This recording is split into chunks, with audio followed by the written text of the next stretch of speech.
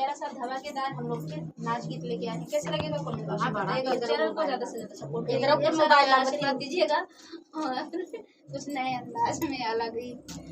तो फ्रेंड चलिए सुनते हैं नाच गीत और देखिए कौन कैसा नाच रहा है, किसका डांस अच्छा है। मेरा कमेंट करिएगा, कमेंट बॉक्स में बताइएगा कौन अच्छा साड़ी वाले रहा है। नीली साड़ी वाली, बैगनी साड़ी, पर्पल साड़ी है,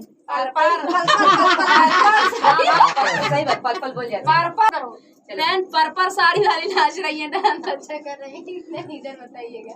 ये बहुत मस्त डांस कर रही हैं आप लोग, चलिए सुनिए और आनंद लीजिए गाने का। और बिट्टू देखो ये इधर ढोलक बजा रही, बिट्टू लखो देखो संगी, आप लोग बताइएगा देखो इतनी छोटी बच्ची है कैसे ढोलक बजा रही है। चलिए राजा मोरे लाए दुई रनिया, राजा मोरे लाए दुई रनिया, राजा मोरे लाए दुई रनिया, सैया मोरे लाए दुई रनिया, बर्तन मांजने गए दुई नौजनी हो, बर्तन मांजने गए दुई नौजनी हो, दुई नौजनी हो कि दुई नौजनी हो, दुई नौजनी सखी दुई नौजनी हो, राजा मोरे भाई गए धोवनिया, राजा मोरे भाई गए धोवनिया,